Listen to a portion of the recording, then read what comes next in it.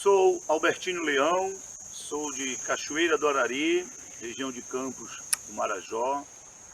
Sou de uma família que chegou na região mais ou menos há uns 200 anos. Eu sou a quinta geração da família Leão e tenho uma atuação no município de Cachoeira do Arari desde a década de 80, muito ligado às questões comunitárias e às questões culturais. Bem, as primeiras relações minhas com a cultura foi no GECAC, quando a gente tirou um ano, salvo engano, o ano de 88, para que fosse um ano de resgate de algumas tradições. No Museu do Marajó, o Giovanni Gallo tinha um painel lá que falava especificamente de Cachoeira, mas que serve para todos os municípios, que era Cachoeira, terra do já teve. E ele foi pesquisar o que é que já tinha, por exemplo, como internato rural, lactário. Cachoeira, muita gente fala hoje em inseminação, mas nos anos 60, Cachoeira já tinha uma base que ensinava os estudantes daquela escola a fazer inseminação artificial em gado, né? Então, muita coisa tinha... Cachoeira tinha tido nos anos 70 táxi aéreo, uma linha regular de avião. Então o Giovanni Gallo fez um recorte, mas também de algumas questões ligadas à cultura, como banda de música. Na década de 50, Cachoeira teve duas bandas de música, muito influenciada pelos Viana, né? Pela família de João Rodrigues Viana, de José Rodrigues Viana. Cachoeira teve jornal, Cachoeira teve tipografia, que é como se fosse hoje um parque gráfico. Então isso levou, né, nós do GECAC a buscar o que era importante retomar. E a gente começou a fazer um trabalho para que voltasse a ter banda de música, para que voltasse a ter festival folclórico. Tem uma tradição de um cordão de pássaro, que era o Aritauá, que já estava há muito tempo. Então a gente organizou um ano de fazer as pessoas conhecerem melhor Dalcídio Jurandir. Nós fizemos em Cachoeira um festival que a gente chamou de Festival do Tucumã. Recuperamos um bosque lá que estava virando um lixão. Fizemos um festival, fizemos um festival do Tamuatá. A gente fez muitos festivais. Festival folclórico, resgatando algumas tradições, como eu já falei do Aritauá, do boi, né, o boi do Situba. Eu acho que isso foi muito importante. O primeiro festival de música de Cachoeira do Arari foi organizado pelo GECAC, né? E assim, era algo que funcionava bem, porque nós não chegamos a oficializar o grupo de filhos e amigos em Belém, porque um integrante disse: por que a gente vai criar um grupo aqui para apoiar uma atividade em Cachoeira, se lá tem um? Então a gente fez um encontro, fizemos uma grande plenária, e as pessoas que participavam lá eram pais de muitos aqui, eram tios, parentes. Então acabou isso dando certo, porque acabou tendo um grupo lá e um outro aqui. Porque também tem uma coisa, você não consegue fazer as coisas acontecerem na região se não tiver uma relação com Belém. O Belém acaba sendo, né, a concentração de marajoaras, principalmente da região de Campos, que é mais próximo. Ponta de Pedras, Cachoeira, Santa Cruz, Salvaterra e Soure tem uma migração com Belém. Duas informações importantes. Primeiro, que Belém, na época, o IBGE estimava que tinha mais de 350 mil marajoaras. Hoje eu acho que isso está bem mais, né? E também que a linguagem que mais influenciava Belém, em termos de região, era a linguagem marajoara. Isso, trabalhos, né? E então, essa relação com Belém, do GECAC, das ações nossas, ajudou muito. Pra ter uma ideia, esse festival de música que a gente fez foi com uma banda base da Fundação Carlos Gomes, porque em Cachoeira não tinha músicos. A única pessoa que eu lembro assim que tocava era o Zezinho Viana, tocava violão, mas você não tinha. Então, quando teve esse festival de música, em que o pessoal do Conservatório Gomes passou 15 dias lá fazendo uma iniciação musical, e depois isso foi continuado pela escola de música que o Galo criou no museu, 30 e poucos anos, quase 40 anos depois, você vê uma banda em Cachoeira, como tem a banda João Viana, muito boa, mas você vê pessoas vivendo da música, vivendo... Então esses festivais culturais, folclóricos, e principalmente o festival de música, foi assim um grande momento para que a gente tivesse hoje essas gerações, né? Isso é muito ligado também, né?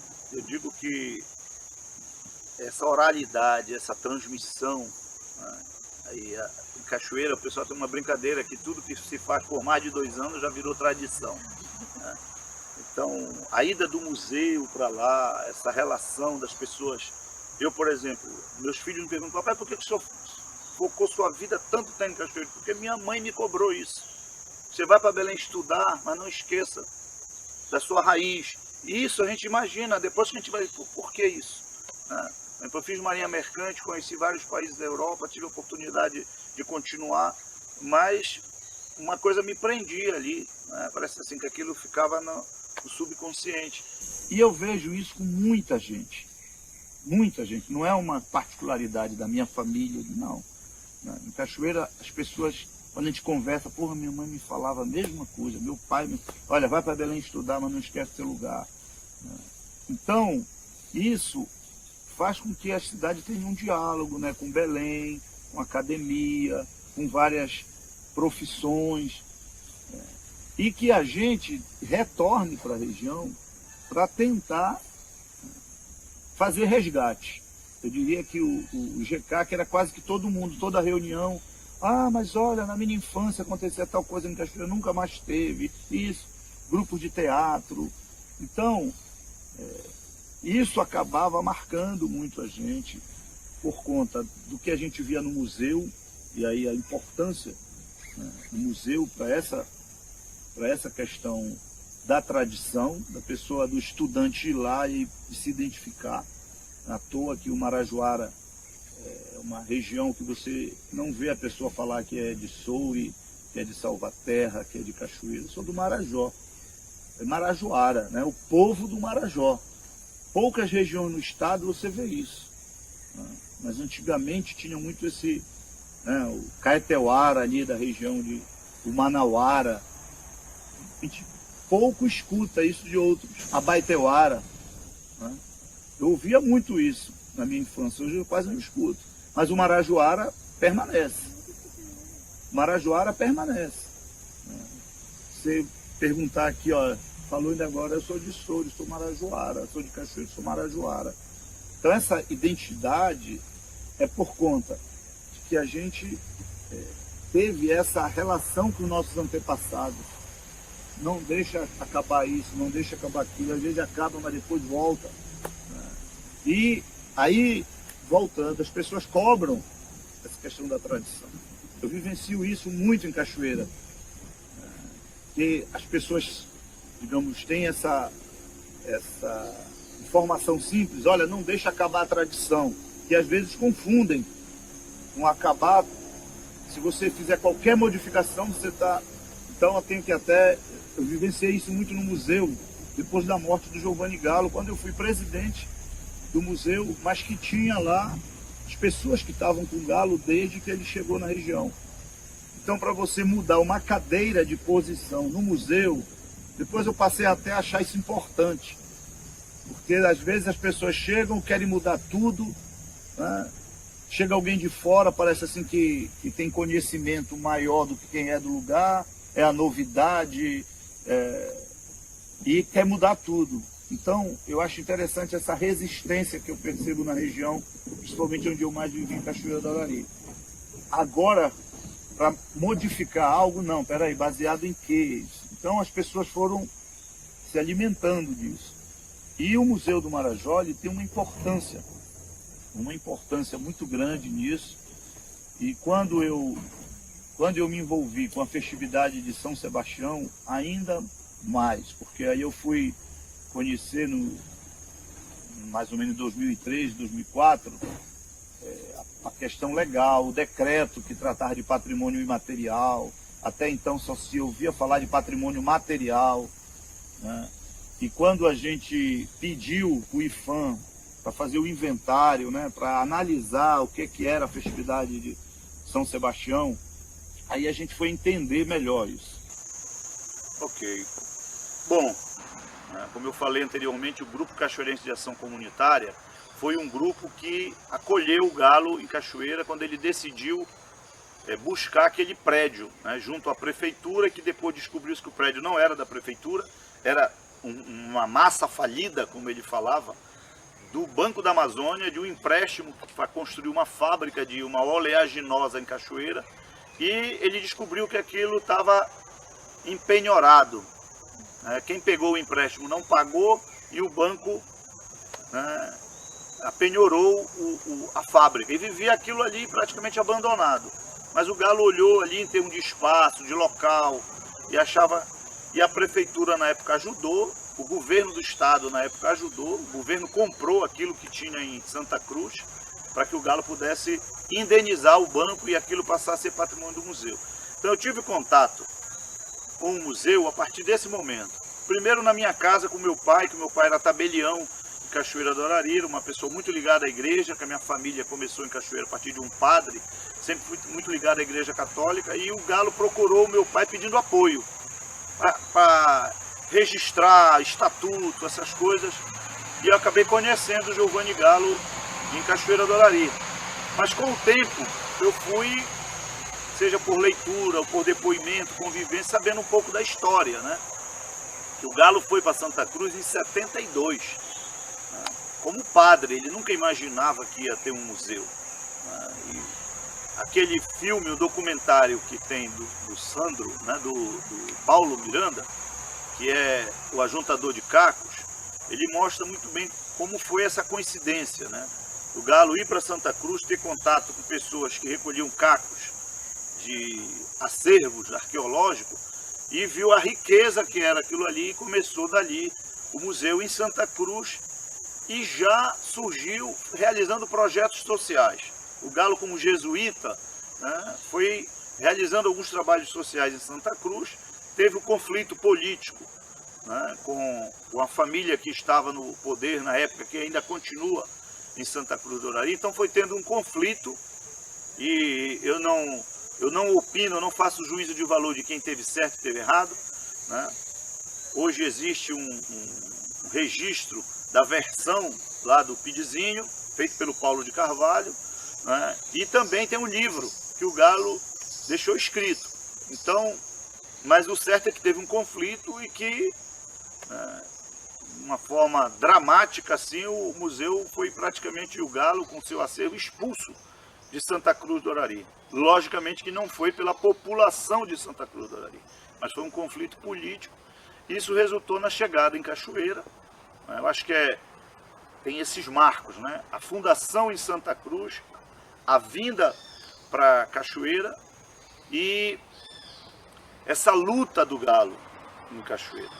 Eu acho que de 80, enquanto os 20 anos que o Galo ficou vivo em Cachoeira lutando, né, o livro dele, ele fala da luta que ele teve por dentro da igreja, ao ponto de ser proibido de celebrar como padre, e ele resistiu, preferiu ficar como, digamos, congelado como padre lá em Cachoeira, mas não abandonou o projeto do museu. Esses 20 anos do Galo em Cachoeira foi quando ele foi constituindo o museu enquanto acervo museal, mas muito importante também a questão social. O museu passou a ter escola de informática, o museu passou a ter escola de música, escola de artesanato, e isso tendo como fonte o acervo do museu, isso influenciou muito, não é, na juventude principalmente, mas na população de Cachoeira do Arari. Então, esses anos, no início a minha relação com o Galo era uma relação que eu era, como sou engenheiro mecânico, trabalhava numa empresa aqui em Belém de reforma de trator, basicamente era doar para ele rolamentos, para ele fabricar aqueles computadores caipira, que sempre tem um giro, né? Então muitos rolamentos que não serviam para as máquinas eu levava para ele, e sempre que eu ia lá entregar isso eu conversava, era sócio do museu, eu participava ativamente, ele tinha um método de participação dos associados muito interessante. Todos os anos ele prestava conta, mandava correspondência, mandava pelo barco uma carta, prestando conta e ao mesmo tempo pedindo que opinasse. E eu participava dessa forma, não ia para uma reunião, para uma assembleia, mas eu tinha um embate com o Galo muito crítico. Eu acho que ele, como padre, né, pela formação, ele tratava às vezes os espaços comunitários do museu com aquela mesma relação com a igreja, né? Você tem que ir lá, tem que fazer aquilo, lógico, não era errado isso, mas às vezes os grupos comunitários, os jovens, se afastavam muito do museu porque ele era muito duro na cobrança, não liberava fácil, né? Eu cobrava muito disso, achava que ele deveria ser mais aberto, que os espaços deveriam abrigar mais os grupos comunitários, os jovens, né?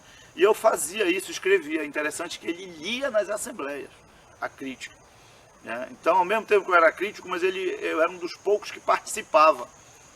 E para mim foi uma surpresa quando ele, no leito lá, que achava que poderia morrer ou não, mas mesmo que não morresse, ele não voltaria mais a ficar à frente do museu. E a vice dele era a Ima Vieira, pesquisadora do Guild. Ele convidou a Ima para que assumisse como vice, né, e me convidasse para ser o vice dela, né. Eu imaginava que quem deveria suceder o Galo no museu era o Antônio Smith, porque o Antônio Smith é quem tinha o acesso à conta pessoal do Galo, foi ele que o Galo deixou, né, o direito autoral de toda a obra dele foi para o Antônio Smith. O Antônio Smith acompanhava ele desde Santa Cruz do Orari, né? Então era uma pessoa, digamos, íntima do Galo. Imagina você manusear, ter procuração para movimentar a conta pessoal dele, ter recebido esse... né? E era o tesoureiro, o Smith sempre foi o tesoureiro do museu enquanto o Galo foi vivo, né? Então eu imaginava que era o Smith, e o próprio Smith chegou comigo, não. Eu estava lá, ele pediu para mim, para que convencesse a Ima de continuar como presidente e te convidar para ser vice. E aí quando ele morreu em 2003, numa assembleia, o Smith colocou isso e as pessoas aceitaram. Da Ima assumir a presidência, eu como vice. Quando foi em 2005, ela foi eleita presidente do Museu Guild. E como nós tínhamos um protocolo entre o Museu do Marajó, inclusive envolvia a questão financeira e patrimonial, o jurídico do Museu Guild orientou que ela não ficasse como presidente dos dois. E aí ela renunciou e eu, em 2005, assumi a presidência do museu. Então, para mim foi uma grande surpresa. Eu tinha uma relação com o museu, mas, digamos, existiam centenas de pessoas com uma relação acadêmica muito maior com o museu, com relação mesmo de trabalho comunitário lá, muito grande, né? E eu fui assim, nunca imaginava, isso marcou muito a minha vida, porque a partir daí eu me dediquei muito, né, de 2005 a 2010, me dediquei muito ao projeto do museu, e eu acho que o museu mudou a história das pessoas de Cachoeira, não só o cenário, não só o acervo, mas mexeu com a alma do povo de Cachoeira do Arari. E o momento da Assembleia foi que a gente não deixasse o museu morrer. E sempre a gente desenvolvendo projetos, né? O momento que a gente foi presidente, coincidentemente, foi um momento de uma vida muito dinâmica no museu, na relação com a Universidade Federal, na relação com o Museu Guild, pesquisadores. E aí é importante destacar a Denise Chan, a Denise Paul Chan. Eu tive a grande felicidade de ter tido a Denise como uma pessoa que realizou todos aqueles projetos.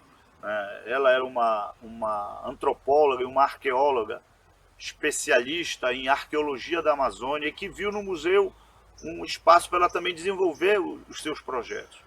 Então foi aí que foram feitos projetos financiados, por exemplo, pela Petrobras, como a Reserva Técnica, foi um projeto dela aprovado pela Petrobras.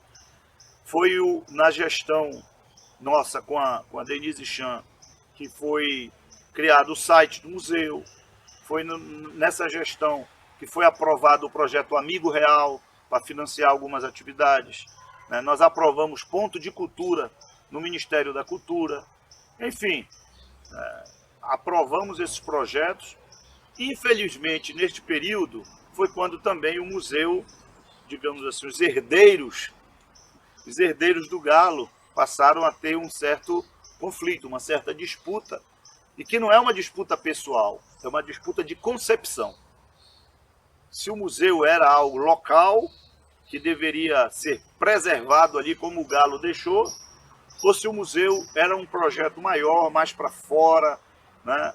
Então, nós tivemos esse período em que essa concepção de o museu ter relações, protocolos, buscar projetos, desenvolver atividades que as pessoas diziam lá, gerenciado por quem é de fora, né? Eu, apesar de ser de Cachoeira do Arari, filho de Cachoeira do Arari, mas muita gente foi de morar em Belém e ver que a gente como se fosse de fora, e as pessoas que vivem lá. Então, a eleição que teve no museu em 2008 foi muito marcada por isso. Nós tentamos ter uma unidade, né, um acordo para que a gente tivesse mais um mandato e depois o outro grupo tivesse, mas não teve. Fomos para a eleição e acabou que foi judicializado o processo.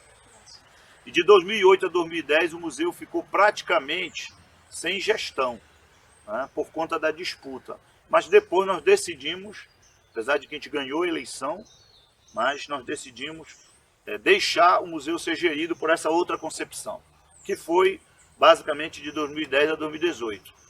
E eu diria que agora nós estamos num momento em que é quase como uma reunificação dessas duas visões, né? E que coincide com um comodato, né? Com uma partilha, uma gestão compartilhada com o Estado. Então, começou isso em 2018, quando o museu foi fechado pelo Ministério Público lá, uma medida muito dura, e depois confirmado pelo bombeiro por questões de segurança patrimonial, né? Mas que isso iniciou uma campanha, o SOS Museu, que levou a um compromisso, já em janeiro de 2019, do governador. Foi feito primeiramente um protocolo de intenções, mesmo tendo levado muito tempo para se oficializar esse protocolo, mas foi necessário porque o museu não tem dono, o museu é uma associação, então isso teria que ser discutido com os sócios. Mas enfim, hoje nós temos um comodato, que esse primeiro momento vale até o ano de 2022, o museu está em reforma, o museu está passando por um processo de formação de algumas pessoas no município, alguns que já tinham relação com o museu, outros que começaram a ter há pouco tempo, um processo de capacitação por 6 meses de uma bolsa, né? Tem 10 pessoas sendo formadas no museu para que futuramente assumam o museu, e tem o desafio para a associação, que ela não deixa de existir, o patrimônio continua sendo da associação, com relação aos projetos sociais, que são as atividades que hoje continuam ainda sendo desenvolvidas no museu, principalmente a escola de música, e aí vem junto a parte do artesanato, de confecções, que isso é inerente. Eu acho que esse é o desafio agora, né? Temos algumas críticas com relação à forma como foi tocado esse comodato. Na minha opinião, o Estado deveria, desde o momento do comodato do ano passado, ter dado o tratamento para o Museu do Marajó, o mesmo que é dado para os outros museus do Estado. Mas hoje o museu, por exemplo, não tem vigilante, não tem pessoas de serviço geral, então continua aquilo que a gente achava que o Estado poderia fortalecer mais, continua lá os voluntários ao redor do museu, as famílias que são associados, que são dirigentes, ainda mantendo. Mas eu espero a reinauguração do museu, que vai ser esse novo momento. Nós defendemos que o comodato seja renovado por mais 10, 15 ou 20 anos, mas que a associação permaneça, né, sendo, digamos, a âncora desse processo para que o museu continue sendo comunitário, interativo, né, que o centro do museu seja o homem marajoara, que ele não se transforme apenas num espaço em que as pessoas vão lá olhar. O museu continue sendo para as pessoas tocarem. Isso para nós é fundamental, essa concepção única que o Galo deu para o museu. museu comunitário, interativo e que dialoga com a sociedade através de projetos sociais. E isso a gente acha que vai ajudar muito no desenvolvimento de Cachoeira do Arari, mas que isso, um outro sonho do Galo que a gente tentou e que não está abandonado, é de que o museu tenha base em todos os municípios do Marajó e que cada município do Marajó tenha algo no museu. Nós chegamos a iniciar isso com um projeto em que tinha alguns painéis de todos os municípios, dados socioeconômicos e aquilo que era mais importante culturalmente. Nós chegamos a ter isso a partir do inventário do IPHAN. E chegamos a montar uma espécie de exposição itinerante do museu para visitações e para fazer discussões em todos os municípios da importância do patrimônio material, da cultura marajoara, da memória do município, e deixar em cada município um embrião para que os municípios tenham os seus museus, os seus espaços de memória. Eu acho que isso é um passo seguinte que o Estado, assumindo o Museu do Marajó, pode vir a acontecer.